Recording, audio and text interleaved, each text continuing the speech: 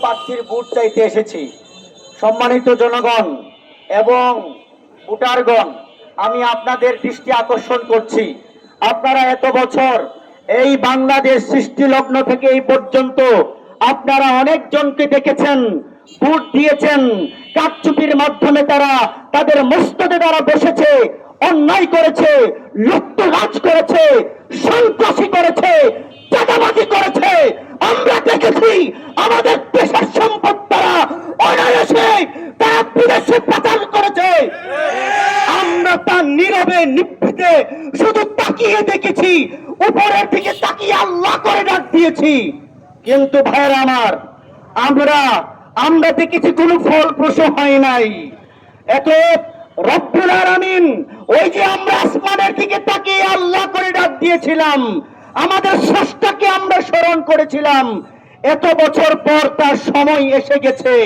এখন যদি আপনি সেই ভুলটা আবারও করেন, আমাদের কিছু করার নাই, আমাদের কিছু করার নাই। সেজন্য আমরা এই পুটিয়ার 12 আসনে আমাদের পীর সাহেব হুজুর কেবলাকে আমরা নিয়ে এসেছি। ভাইয়েরা আমার, আমি বলছি না সুন্নিয়তের প্রার্থী, আমি এটা বলছি না, আমি বলেছি তিনি জনগণের প্রার্থী। যদি আমার কথা আপনারা যাচাই করেন, আমি মিথ্যা বলছি কিনা সেটার যদি আপনারা যাচাই করেন, যান আপনি আমার এই সেই প্রার্থীর অতীত কাছেন, দেখেন। খোদার কসম করে বলছি, আমি আজকে বাজারের মুখে দাঁড়িয়ে বলছি, ওনার যদি একটি টাকা যদি সুদের সাথে কোনো আপনারা কারচুপি পান, জড়িত পান, একটি টাকা যদি লুটতরাজ অন্যায় ভাবে অপরাধ ভাবে যদি তিনি গ্রাস করে থাকেন, খোদার কসম করে বলছি, আমি এই জায়গায় আপনাদের সম্মুখে বিচারের কাজ করাই দাঁড়াবো ইনশাআল্লাহ। এখন আপনারাই বলুন, আপনারা কাকে ভোট দিবেন?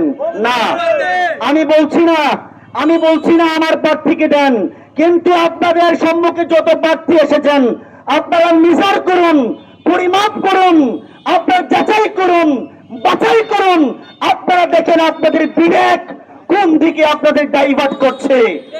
সম্মানিত ভোটারগণ, আমি আপনাদেরকে আবারও বলছি, আমি আগেও বলছি, এখনো বলছি, এবং শেষ নিঃশ্বাস ত্যাগ করা পর্যন্ত বলে যাব, মনে রাখবেন, মনে রাখবেন, মনে রাখবেন এবং মনে রাখবেন, যেই মুখে ইয়া রাসূলুল্লাহ বলে, যেই মুখে ইয়া রাসূলুল্লাহ বলে, মনে রাখবেন ও আমার হিন্দু ভাইয়েরা, আমার হিন্দু বোনেরা, বুদ্ধ ভাইয়েরা, খ্রিস্টান ভাইয়েরা, মুসলিম ভাইয়েরা এবং তথাকথিত যারা যারা যেই আপনারা মুসলমান দাবিদার যারাই আছেন না কেন, আমি আপনাদেরকে পায়ে হাত রেখে বলতে চাই, আপনারা যাই করেন না কেন, মনে রাখবেন, মনে রাখবেন এবং মনে রাখবেন, যেই মুখে ইয়া রাসূলুল্লাহ হয়, যে অন্তরে হব্বে রাসূলুল্লাহ হয়, খোদা কি কসম, তার মাধ্যমে কখনো অন্যায় কাজ হতে পারে না।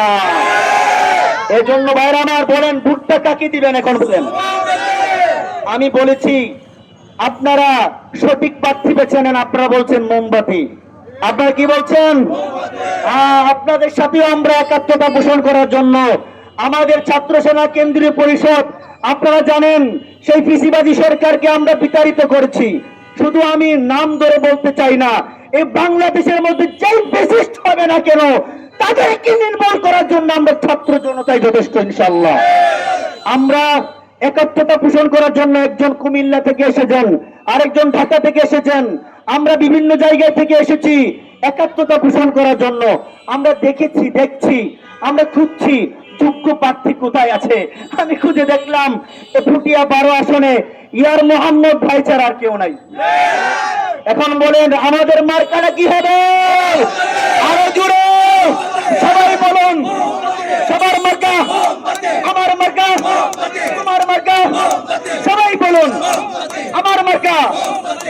ভাই আমার, কখনো কথা বলার সুযোগ পাই কিনা আমি জানি না, কিন্তু ভাইরা আমার, আমি জানি না আপনারা আমার কথা কিভাবে শুনছেন, কিন্তু আমি আপনাদেরকে আবারও বলছি, আল্লাহর ওয়াস্তে একটু আপনার এই এত মূল্যবান ভোটটাকে আপনি 1000 টাকার মধ্যে বিক্রি করিয়েন না।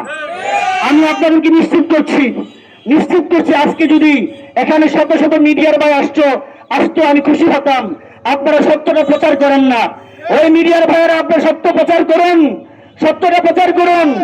আমরা জীবনেও কোনোদিন আপনাদের কাছে ভোট আমরা কখনো টাকা দিয়ে কিনবো না, জীবনেও কিনবো না।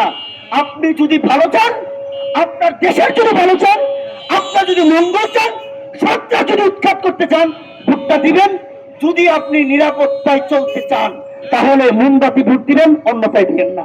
আল্লাহ হাফেজ।